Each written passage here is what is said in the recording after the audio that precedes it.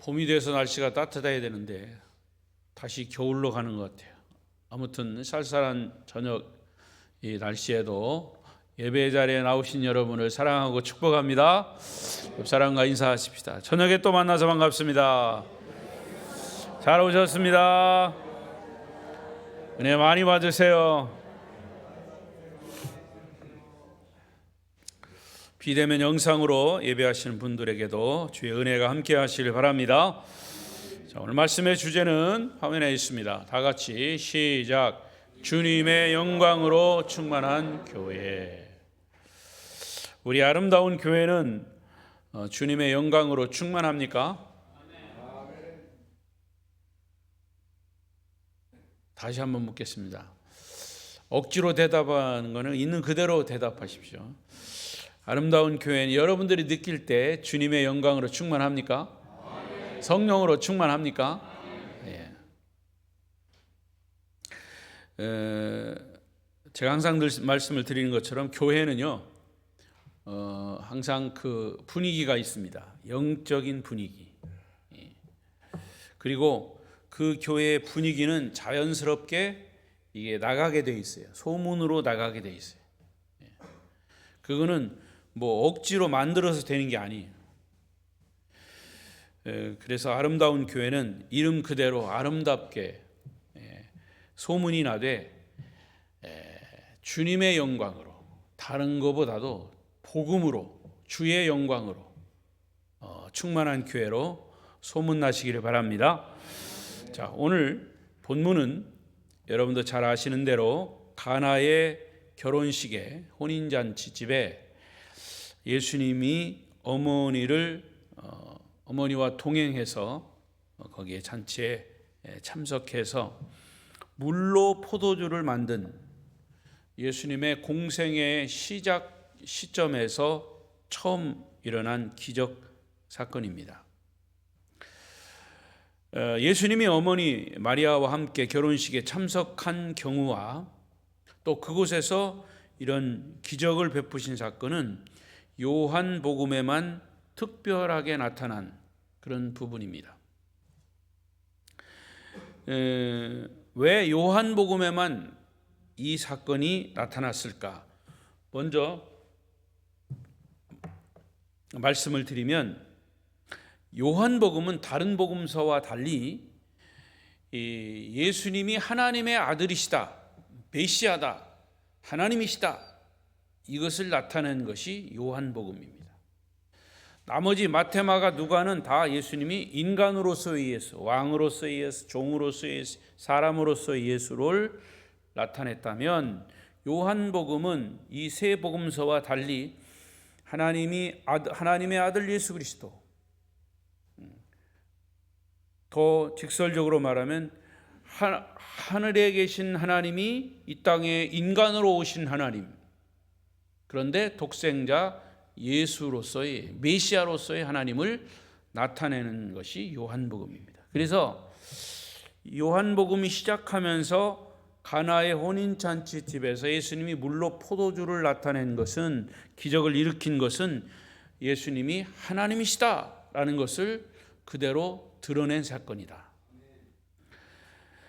자, 유대인들은요, 결혼식을 주로 수요일에 행합니다. 요일적으로 보면. 그리고 이제 우리나라와 비교하면 결혼식을 우리는 먼저 하고 그 잔치나 피료연은 나중에 하잖아요. 그런데 유대인들은 달라요. 문화가. 먼저 피료연을 합니다. 결혼식을 하기 전에 잔치를 하고 그 다음에 결혼식을 합니다. 따라서 그것이 한 날이 됐든지 나누어지는 날이 됐든지, 한 날이 될 경우에는 낮에는 제한 없이 먹고 마시고 잔치를 즐기다가 저녁에 늦게 결혼식을 올리는 것이 유대인들의 결혼 습관입니다. 유대인들의 혼인잔치에서 가장 중요한 주식, 음료, 음식은 다른 음식도 있지만 가장 중요한 것은 포도주입니다. 포도주.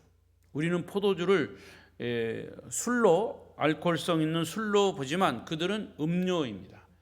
여러분, 우리가 밥 먹을 때 물을 음료로 하고 또 물 외에 다른 것을 음료수로 먹잖아요. 유대인들은 특히 유럽 쪽에는 이 포도주로 먹습니다. 포도가 많이 나기 때문에. 결혼잔치에 초청된 손님들의 숫자가 어느 정도 파악되기 때문에 이 포도주는 아주 넉넉하게 부족함이 없게 준비되는 것이 상식입니다. 그런데 초대되지 않는 손님들이 갑자기 들이닥치거나 이미 초청받은 손님들이 포도주를 너무 많이 마셔버리면 포도주가 부족할 경우가 생깁니다. 지금 가나의 혼인잔치 집에 이 포도주가 떨어진 겁니다. 손님은 계속 오는데 포도주가 동이 났어요. 자, 이런 상황에서 예수님의 어머니 마리아는 잠깐 고민을 하다가 예수님께 그 말씀을 하셔요. 잔치집에 포도주가 떨어졌다라는 사실을 이제 전합니다. 여러분, 어머니 마리아가 왜 예수님께 이런 이야기를 했을까? 우리는 이미 결과를 보고 다 알고 있기 때문에 그냥 넘어갈 수 있지만 지금 이 상황으로만 보면 쉽게 이해가 되지 않는 부분이기도 합니다. 왜냐? 지금 이 시점은 예수님이 이 어머니 마리아와 갈릴리 가나의 혼례집에 참석한 이 상황, 이 시점은 아직 예수님이 3년 동안의 공생애를 시작하기 전입니다. 무슨 말이냐? 예수님이 기적을 행하신 일은 그 상황, 그때까지는 전혀 없는 상황이에요. 그런데 마리아는 예수님께 물로 포도주를 만들어 줄 것을 사실은 요청한 겁니다. 돌이켜 생각해 보면 마리아는 예수님의 성장 기간이 약 30여 년이죠. 그 30여 년 동안 예수님과 함께 한 집에 살면서 예수님에 대한 믿음을 가지고 있었음을 우리는 짐작할 수 있습니다. 또 마리아는 예수님을 뱃속에 잉태할 때 성령으로 잉태한 것을 이미 경험한 사람이에요. 하나님의 특별한 이적의 은혜를 그는 경험했고 지금도 그 사실을 생생하게 기억하고 있습니다. 이런 사실들은 예수님이 기적을 일으키실 수 있다는 믿음을 갖기에 충분하다 그 말이에요. 그런데 어머니 마리아의 이야기를 들으신 예수님은 우리가 언뜻 듣기에 이해하기 어려운 대답을 하십니다. 4절을 보십시다. 4절 시작. 예수께서 이르시되 여자여 나와 무슨 상관이 있나이까? 내 때가 아직 이르지 아니하였나이다. 자, 이 대답을 문장을 보면 마리아의 어머니 마리아의 요청을 관심 없는 것처럼 거절하시는 느낌이 있습니다. 그리고 예수님이 마리아 어머니를 부를 때 뭐라고 불렀어요? 호칭을? 여자여 그랬어요. 여자여. 이 부분을 연구한 성경학자들의 설명을 들어보면 그 당시에는 남자가 여자를 보고 여자여라고 부르는 것은 우리가 생각하는 것처럼 우리가 느끼는 그런 대화 언어처럼 이상한 것은 아니에요. 사실 오히려 여성을 존경하는 의미로 부르는 점잖은 호칭이 여자여 이렇게 부릅니다. 예수님이 십자가를 지시고 운명하실 때도 이런 표현을 썼어요. 그렇지만 아무리 존경해도 어머니를 이렇게 부른다고 하는 것은 언뜻 이해가 되지 않죠. 하지만 왜 예수님이 그런 호칭을 사용하셨는지 이해하려면 아까 제가 서두에 말씀드린 것처럼 예수님의 공생의 3년과 연관시키면 금방 이해가 됩니다. 자, 지금까지는 예수님이 어머니 마리아를 모시고 한 집에서 사셨습니다. 그러나 이제부터는 사생활은 끝나고 3년의 공생애를 시작한다고 하는 그런 시점으로 봐야 합니다. 그래서 예수님이 공생애를 시작한 이 시점은 이제 제자들을 12제자들을 불러 모으고 그리고 3년 동안 그 12제자들과 함께 삽니다. 고향을 떠나서 부모를 떠나서 제자들과 함께 산다란 말이죠. 그 시점이 바로 지금 가나의 혼인잔치 물로 포도주를 만드는 그런 이적으로부터 이 시작점이 되는 거죠. 공생의 시작점. 이제 예수님은 어머니 마리아 한 사람의 아들로서가 아니라 하나님의 아들로서 온 세상의 죄를 짊어질 하나님의 어린 양 메시아로서의 공생애를 시작하는 스타트점에 있다, 출발점에 있다는 것을 보여줍니다. 그래서 이 사실을 예수님은 어머니 마리아에게 인식시켜 주기 위해서 여기서 여자여라고 하는 호칭을 사용하신 겁니다. 그래서 이제 지금부터는 마리아 어머니는 구원받아야 할 한 사람의 죄인입니다. 천주교에서 흔히 말하는 성모 마리아, 성모 마리아는 승천했다. 성모 마리아는 우리의 신앙의 대상이다. 그래서 성모 마리아에게 우리가 성모 마리아여 이렇게 빌면 가장 가까운 예수님이 자기 아들이니까 예수님에게 우리가 성모 마리아에게 기도하면 그 마리아는 곧바로 예수님에게 이야기할 거니까 성모 마리아여 이렇게 한다는. 캐톨릭은 그런 의식이 있습니다. 그리고 성모 마리아가 승천했다고 얘기합니다. 우리가 보는 이 성경 66권 속에는 마리아가 승천했다는 말은 전혀 없어요. 예수님의 어머니 마리아도 한 사람의 죄인입니다. 구원받아야 할 죄인입니다. 단지 예수님을 품에 10달 동안 품고 잉태케 하고 또 이 태어나게 하신 몸을 빌린 하나의 여인일 뿐이며, 그래서 거룩한 어머니다 그래서 성모입니다. 한 사람의 죄인에 불과한 거예요. 예수님은 인류를 구원할 예수 그리스도시고요. 할렐루야. 그러니까 바로 이 시점이 마리아는 어머니지만, 예수님의 어머니지만 구원받아야 할 한 사람의 죄인이지만, 예수님은 이제 인류를 구원할 그리스도로 시작하는 시작점이다 그 말이에요. 따라서 마리아와 예수님은 인간의 어떤 모자 관계가 아닌 이제 하나님의 아들 신분으로 바뀌는 순간이 바로 이 가나의 혼인잔치 이 사건을 비롯해서 시작이 되는 겁니다. 우리가 문장에 나타난 것을 보면 분명 예수님은 마리아의 요청을 거절한 것처럼 보였습니다. 그러나 어머니 마리아는 이것을 거절로 보지 않습니다. 그는 하인들에게 예수님이 시키는 대로 하라 그렇게 지시를 합니다. 결국 조금 후에 예수님은 하인들을 불러서 마당에 있는 항아리에 물을 가득 채우라 이렇게 명하십니다. 마당에는 6개의 돌 항아리, 큰 항아리가 놓여 있습니다. 그 항아리는 대략 물 23리터 정도 들어가는 큰 항아리라 합니다. 왜 그 돌 항아리가 넣어 있느냐?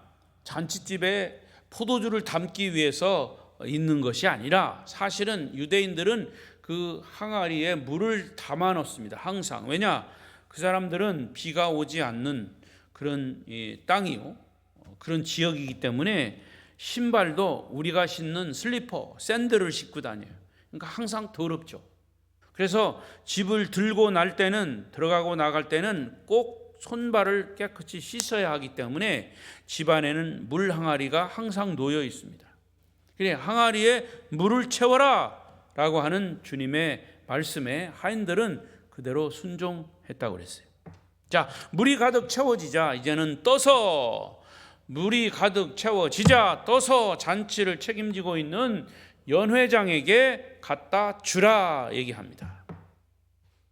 하인들은 뭐가 뭔지도 모르면서 마리아가 시키는 대로 주님의 말씀에 순종하고 있습니다. 자, 이제 드디어 그 물 항아리에 물이 찼는데 그 물을 떠서 연회장에게 갖다 줍니다. 자, 사건이 일어났습니다. 10절을 보십시다. 연회장은 물로 된 포도주를 맛보고 너무 놀라서 이렇게 말합니다. 시작. 말하되 사람마다 먼저 좋은 포도주를 내고 취한 후에 낮은 것을 내거늘 그대는 지금까지 좋은 포도주를 두었도다 하니라. 할렐루야. 연회장이 말한 것은 맞는 말이에요. 일반적인 관례는 어느 잔치집이든 처음에는 좋은 포도주를 내다가 나중에 손님들이 취하면 값싼 포도주를 대접하는 것이 그 당시에 그들의 문화이며 상식이다. 여기 지금 연회장이 말한 대로입니다. 그런데 이 집은 나중에 더 좋은 포도주를 내놓는다니 놀라운 일이 아니냐라는 거죠. 여러분, 물로 포도주를 만드신 주님의 이적 사건은 아까 말씀드린 대로 예수님이 하나님의 아들이심을 나타내는 요한복음에만 기록된 특별한 사건입니다. 이 사건을 시작으로 예수님은 하나님의 아들로서 하나님의 영광을 드러내기 시작한 공생애의 시작점임을 알리는 그런 사건이에요. 예수님이 가나의 혼인잔치집에서 물로 포도주를 만드신 이적을 통해서 이제 우리가 배워야 할 영적인 교훈이 있습니다. 영적 교훈 두 가지와 또 이 교훈에서 우리가 우리의 삶에 적용해야 할 영적인 진리를 이 사건을 통해서 나누고자 합니다. 자, 첫 번째 영적인 두 가지 교훈이 뭐냐? 첫 번째 교훈은 여기 나와 있어요. 시작. 주님은 가나 혼인집에 참석한 신랑 신부와 모든 손님들에게 기쁨을 주신 사실입니다. 그렇습니다. 혼인잔치집에는 신랑 신부뿐만 아니라 거기에 참석한 축하객들이 함께 모여서 즐거워하고 있습니다. 잔치집에 기분 나쁘게 참석한 사람은 거의 없어요. 잔치집에 와서 기분 나쁜 사람은 어떻게 할까요? 바로 집에 갑니다. 무슨 사건이 일어나서 기분 나쁘다면 그 사람은 잔치집에 참석 안 해요. 잔치집에 참석한 사람들은 다 즐거워하는 사람들이에요. 음식을 먹어서 즐겁고 축하해서 즐겁고 신랑 신부 또 혼주들은 축하를 받아서 즐겁고 다 즐거운 거죠. 결혼을 축하하는 자리이기 때문에 모두가 기쁜 마음으로 참석합니다. 그런데 잔치집에 포도주가 떨어졌다, 음식이 떨어졌다고 생각해 보세요. 그러면 참석한 사람들은 그 즐거웠던 마음이 언짢을 겁니다. 잔치집에 잔치 먹으러 왔다가 음식도 다 떨어지고 기분 나빠서 가야 되겠다, 그러지 않겠습니까?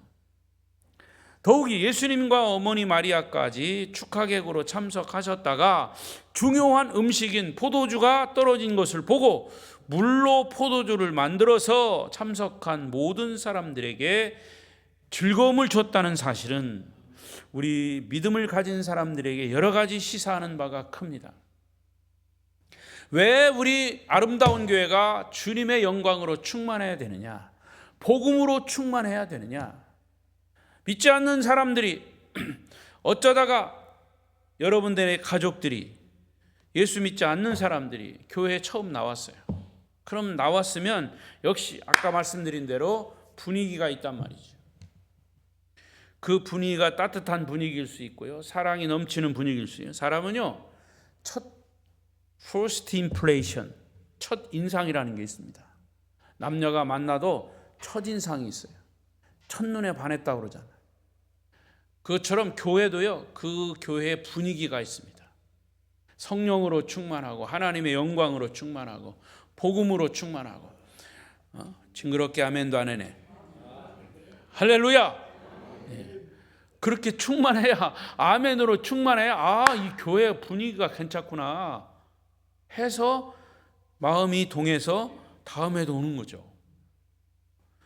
그렇지 않습니까? 잔치집에 잔치가 지금 열리고 있는데 음식도 다 떨어지고 사람들이 계속 썰렁하고 환영하는 분위기도 아니라면 벌써 기분부터 잡힌 거죠. 여러분, 결혼은 성인 남녀가 만나서 한 가정을 이루고 자녀를 낳아 자손을 이어가게 하시는 하나님의 창조 질서고 축복의 원천입니다. 더욱이 예수님이 결혼식에 참석하셔서 함께 기뻐하시고 부족한 부분을 채우심으로 그곳에 참석한 사람들에게 기쁨을 주셨다고 하는 것은 우리에게 중요한 메시지를 주고 있습니다. 하나님이 우리 인간에게 주신 결혼이라고 하는 기쁨은 우리가 누릴 수 있는 자격이 있고 마땅히 누려야 하고 기뻐하는 것이 축복을 주신 하나님을 인정하는 것입니다. 그리고 하나님을 우리가 높이는 것임을 깨닫게 되죠. 하나님이 우리에게 허락한 즐거움을 마음껏 누리는 것은 하나님의 자녀의 자격을 우리가 가진 그런 역할이기도 합니다. 따라서 가정은 우리에게 즐겁게 살라고 주신 하나님의 선물임을 믿습니다. 하나님이 주신 선물이기에 즐겁게 누리고 기쁨을 나누는 것이 인생을 사는 지혜라는 사실이에요. 그래서 성경 우리에게 이렇게 말씀합니다. 전도서 9장 9절이에요. 시작. 내 헛된 평생에 내게 주신 모든 헛된 날에 내가 사랑하는 아내와 함께 즐겁게 살지어다. 그것이 내가 평생의 해 아래에서 수고하고 얻은 내 몫이니라. 할렐루야.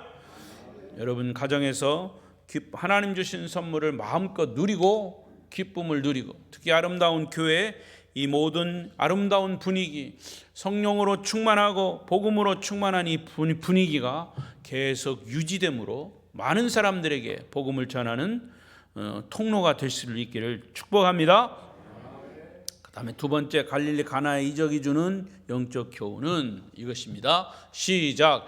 주님은 우리의 요구를 때론 거절을 하시다가도 결국에는 허락하신다는 사실입니다. 어머니 마리아가 와서 포도주가 떨어졌다고 했을 때 그것이 나와 무슨 상관이 있냐 하시던 주님이 조금 후에 물로 포도주를 만들어서 모든 사람들에게 나누어 줬습니다. 기쁨을 줬어요. 처음에는 거절하시듯 하다가 나중에는 허락하셨다. 그런 경우가 3년의 공생의 기간에도 가끔 있었습니다. 우리가 잘 아는 수로보니게 여인이 자기 딸이 지금 아파가지고 죽을 병에 걸렸는데 그 딸을 고쳐달라고 주님을 찾아왔을 때도 처음에 주님은 아주 냉정하게 거절했어요. 빵을 아이에게 주기 전에 개에게 던지는 것이 옳지 않겠느냐라는 예까지 들으시면서 여인의 요청을 단호하게 거절하셨어요. 그 장면만 보면 우리가 굉장히 오해하기 쉬운 부분이에요. 그런데 이 여인은 조금도 물러서지 않고 주여 그렇습니다. 그렇지만 상 밑에 있는 개도 아이들이 떨어뜨리는 빵 부스러기를 얻어먹고 살지 않습니까? 내가 개 같은 인간이라도 사실은 우리 딸이 이렇게 아프고 죽을 병에 걸렸으니 주님 다시 한번 요청합니다. 간청합니다. 우리 딸을 고쳐주십시오. 요청에 결국 주님은 그 여인의 요구를 들어주시죠. 자, 마리아의 경우도 그랬습니다. 마리아의 요청에 주님이 응답하실 것이라고 하는 믿음을 마리아도 포기하지 않았습니다. 여러분 기억하십시오.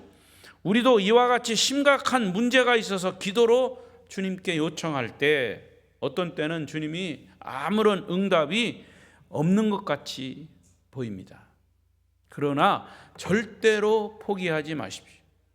마리아처럼 수로보니게 여인처럼 기다리며 인내하는 자세가 필요합니다. 우리가 항상 제가 또 말씀드리잖아요. 주님께 기도하고 그리고 기대하며 끝까지 기다리라. 기도하고 기대하며 기다리자. 시작. 표현을 잘해야 됩니다. 기도하고 기대하고 기다려라. 여러분 기도하면서 주님이 안 들어주실지 모른다고 하는 그런 생각이 들수록 더 매달려야 합니다. 주님은 우리의 기도가 너무 지나치기 때문에 들어줄 수 없다고 그렇게 말씀하시잖아요. 그런데 사람은요 발등에 불 떨어져야 아 뜨거라 하지 평소에 그냥 평안하고 뭐 별로 기도의 제목도 없어요 이런 사람들은 기도 안 해요. 여보 요즘 새벽 기도 나오는 거 보면 내가 다 알아. 목사님 나는 죽어도 새벽 기도 못 나와요. 더 이상 얘기 안 하겠어요. 그러나 여러분 그럼에도 불구하고 우리의 기도는 쉬지 말아야 합니다. 쉬지 말고 기도하며 범사에 감사하며 이것은 그리스도 안에서 너희를 향하신 하나님의 뜻이니라. 아멘 안 할래요? 너희를 향하신 하나님의 뜻이니라. 예. 기도하기 싫으니까 아멘도 안 하네. 마음에 찔리니까 아멘을 안 하는지 모르겠어요. 그건 여러분 자유지만, 그러나 제가 강조합니다. 여러분, 주님이 제일 싫어하는 사람이 누구인지 아세요? 예수님의 이름으로 무엇을 구하든지 구하라고 하셨는데 구하지 않고 버티는 사람, 뻣뻣하게 버티는 사람, 혹은 아예 주님이 주시기는 뭘 주시냐고 믿지도 않고 구하지도 않는 사람 제일 싫어하십니다. 부모가 자녀를 미워할 때 언제 미워하는 줄 아세요? 전화도 안 하고 연락도 안 하고, 틀림없이 용돈 떨어졌을 텐데 왜 전화도 안 하지? 끝까지 부모는 기다립니다. 그래도 무슨 배짱이지 연락도 안 하고. 그러면 부모는 안 줍니다. 어떤 자녀가 용돈을 잘 받을까요? 그럼에도 불구하고 그저 졸라댑니다. 부족합니다. 용돈 주셔야 합니다. 그러면 어쩔 수 없이 부모의 주머니는 열리게 돼 있어요. 여러분, 주님이 좋아하는 사람은 주든 안 주든지 마리아처럼 매달리고 또 매달리고 달라고 간청하는 사람 좋아하십니다. 할렐루야. 시시한 기도든 고상한 기도든 집안의 사소한 기도든 세상을 움직일 만한 큰 기도의 제목이든 간에 주님께 나가 고하면, 처음에는 거절하는 것처럼 보여도 때가 되면 반드시 가장 좋은 것으로, 최고로, 최상으로 응답하신다는 사실을 믿으시기 바랍니다. 믿으시기 바랍니다. 여러분, 주님이 기도에 응답하시는 방법은 대부분 우리의 상상을 초월하고 우리의 예측을 불허합니다. 우리가 생각하는 방식대로 응답하시지 않아요. 물로 포도주를 만드실 것이라고 누가 상상했겠습니까? 주님은 어떤 방법을 다 동원하실 수 있는 분이기 때문에 전혀 우리가 응답에 대한 걱정은 안 하셔도 됩니다. 기도하고 기대하고 기다리면 되는 거예요. 중요한 건 기도하는 거예요. 이런 사실이 우리에게는 얼마나 위로가 됩니까? 동서남북 사방을 둘러봐도 응답이 올 것 같지 않아서 답답할 때도 있어요. 이런 경우에 우리는 금방 절망하고 포기하고 낙심합니다. 우리 한국 사람들은요, 기도도 열심히 하지만, 기대도 열심히 하지만 포기도 열심히 해요. 기대 충만, 포기 충만입니다. 우리가 이런 때 의식해야 할 것이 있어요. 뭐냐? 하나님의 방법은 인간의 생각에 제한받지 않는다고 하는 사실이에요. 하나님은 인간이 예측한 방법대로만 응답하시는 것이 절대 아니다. 그러므로 나는 절대로 실망하지 않습니다. 하나님, 나는 하나님이 살아 계신 것을 믿는 한 계속 기도할 것입니다. 계속 기도할 것입니다. 그런 태도를 잃지 말라는 거예요. 이제 갈릴리 가나의 이적 사건을 통해서 우리가 적용해야 할 두 가지 적용점입니다. 첫째 적용점, 시작. 주님은 우리 인격의 질적인 부분을 바꾸어 주십니다. 중요한 부분이에요. 자, 물이 포도주로 바뀌었다는 것은 이건 질적인 변화입니다. 뭐 다른 거 뭐 이렇게 탄 거 아니에요. 여러분, 물에다가 포도 그냥 갖다 집어넣는다고 포도주 됩니까? 그거 아니죠. 물로 포도주를 만들었다는 것은 앞으로 예수님을 만나는 사람들에게 주님이 주실 은혜가 어떤 것인지 상징적으로 보여준 거예요. 사람이 인격적으로 주님을 만나면 본질, 질적인 변화가 일어납니다. 어떤 변화일까요? 물처럼 몸이 건조했던 사람이 포도주처럼 맛있고 향기로운 인격으로 변화됩니다. 아멘 좀 하세요. 물처럼 몸이 건조했던 사람이 예수님을 만나면 포도주처럼 질적인 변화, 향기로운 인격으로 변화된다. 아멘. 또 누구든지 예수님을 인격적으로 만나면 땅의 것을 제일로 여기던 그런 수준 낮은 사람이 하늘의 것을 사모하는 수준 높은 사람으로 바뀌어요. 질적인 변화입니다. 이게 거듭남이에요. 또 무엇이 죄인지도 모르고 더럽게 살던 사람이 예수님을 만나면 무엇이 죄인지 깨닫고 맑고 깨끗한 인격적인 사람으로 변화됩니다. 완전히 인간 본질이 바뀌는 거예요.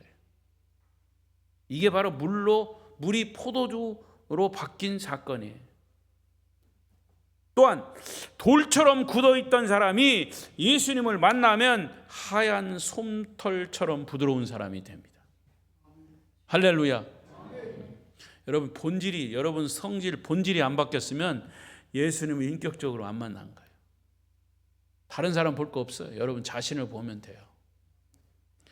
예수님을 인격적으로 만난 사람이 이런 엄청난 변화가 일어나는 사건이 바로 물이 변해서 포도주로 바뀌는 본질적인 변화의 사건인 것이죠. 그것이 기적이 아니고 무엇이겠습니까? 무엇이 기적입니까? 그런데 불행하게도 교회를 수십 년 다녀도 그 인격이 본질적으로 바뀌지 않은 사람, 돈 좀 벌었다고 있는 척하고 남보다 좀 잘났다고 우쭐거리고 공부 좀 했다고 다른 사람 우습게 보는 사람들, 그들은 아직도 주님을 인격적으로 만나지 못했기 때문에 인간의 죄의 본성이 그대로 남아있는 거예요. 예수님을 인격적으로 만나면 물이 포도주가 되듯이 건조하고 메마른 인격이 풍성해지고 기름진 인격으로 품위 있게 바뀌는 것이, 그게 거듭남이에요. 여러분 마리아처럼 주님을 순수하게 믿으시기를 바랍니다. 하인들처럼 주님 말씀에 무조건 순종하시기를 바랍니다. 그러면 누구든지 물이 포도주가 되듯이 품위 있는 인격의 변화를 경험하게 될 것입니다. 그래서 복음은 능력이 있습니다. 복음의 능력을 경험하는 성도들이 되시기를 바랍니다. 두 번째로 마지막 영적 적용점은 이것입니다. 시작. 주님은 우리에게 은혜 위에 은혜를 더하십니다. 한 번 더. 주님은 우리에게 은혜 위에 은혜를 더하십니다. 예수를 믿으면 믿을수록 은혜 위에 은혜를 더해 주십니다.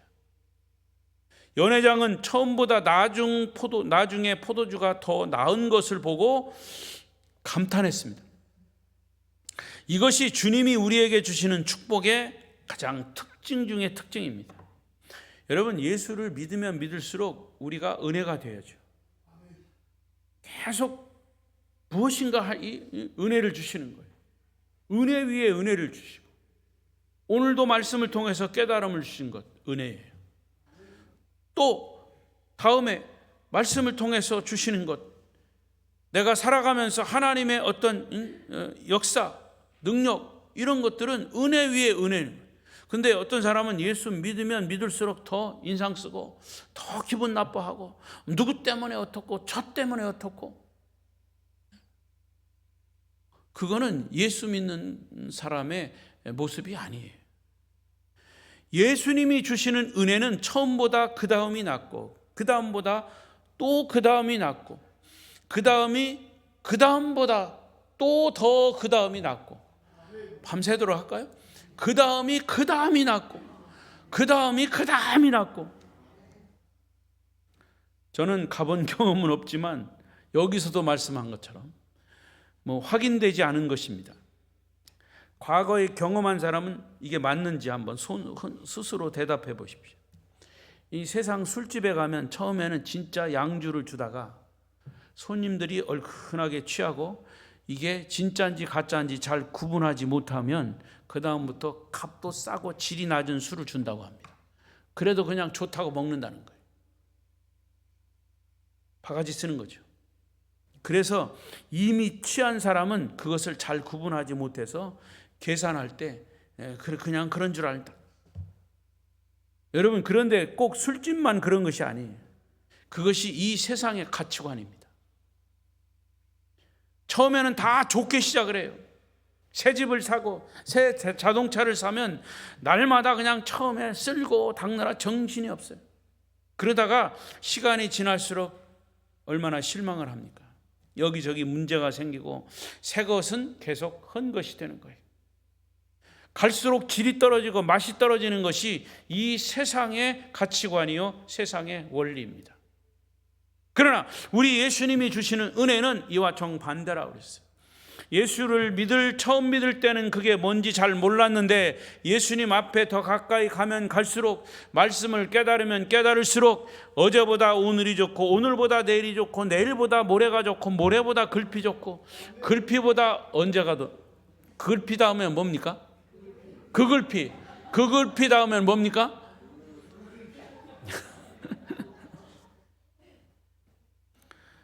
이런 즐거움이 예수 믿는 즐거움이 아니겠습니까?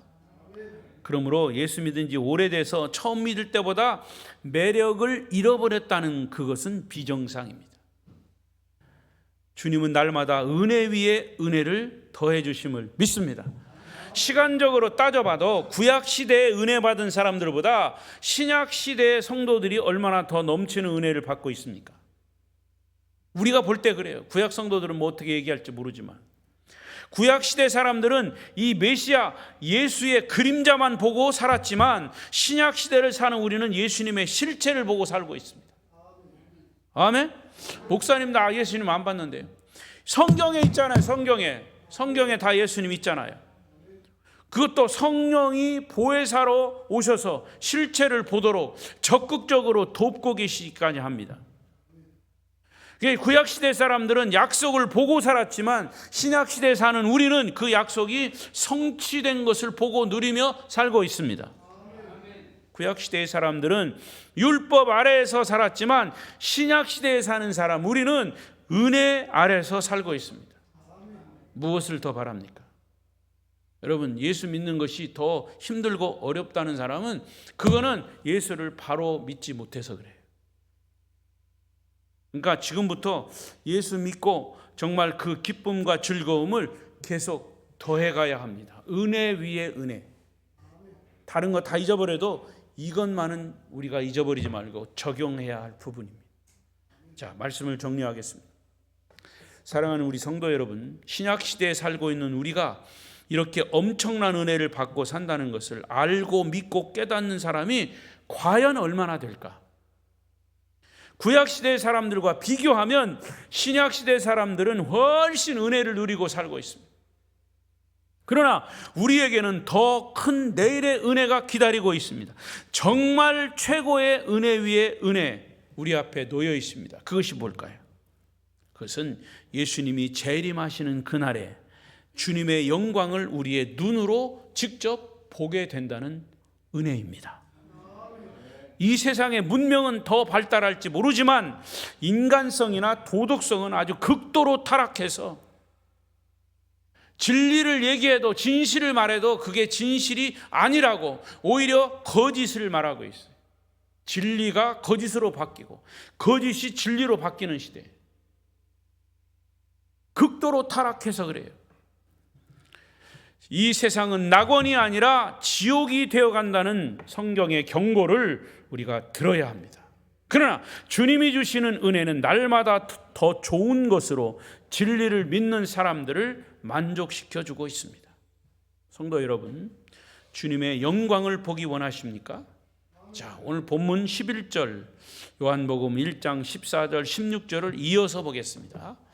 11절 시작. 예수께서 이 첫 표적을 갈릴리 가나에서 행하여 그의 영광을 나타내심에 제자들이 그를 믿으니라. 말씀이 육신이 되어 우리 가운데 거하심에 우리가 그의 영광을 보니 아버지의 독생자의 영광이요 은혜와 진리가 충만하더라. 우리가 다 그의 충만한 데서 받으니 은혜 위에 은혜로라. 우리는 오늘 가나의 혼인잔치집에서 주님의 기적을 보았습니다. 주님은 우리에게 즐거움을 주시는 분이십니다. 주님은 우리의 요구를 거절하시다가도 들어주시는 분이에요. 결국에는 들어주시는 분이에요.